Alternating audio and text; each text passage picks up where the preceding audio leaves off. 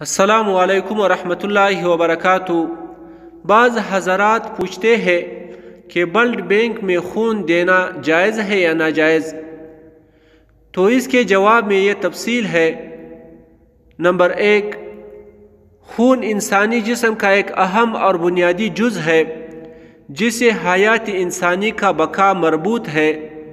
اگر کسی انسان کو خون کی ضرورت پڑ جائے اور ماہر ڈاکٹر کی تجویز ہو کہ اس کے لیے خون ناگزیر ہے، تو انسانی جان بچانے کے لیے ایک مسلمان کا دوسرے مسلمان کو یا غیر مسلم کا عطیہ کرنا جائز ہے۔ اسی طرح کسی مسلمان کے لیے اس سے لینا بھی جائز ہے۔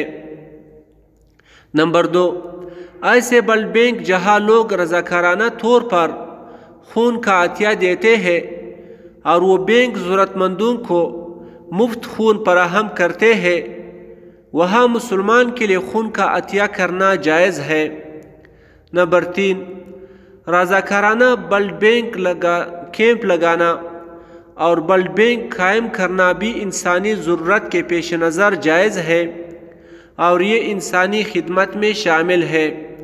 نمبر 4، ایسے نازک موقع پر جہاں خون کا عطیہ نہ کرنے کی صورت میں جان کا خطرہ ہے، وہاں مطلوبہ گروپ کے حامل موجود شخص کے لیے اپنا خون عطیہ کرنا ایک اہم انسانی فریضہ اور شرعاً پسندیدہ عمل ہے۔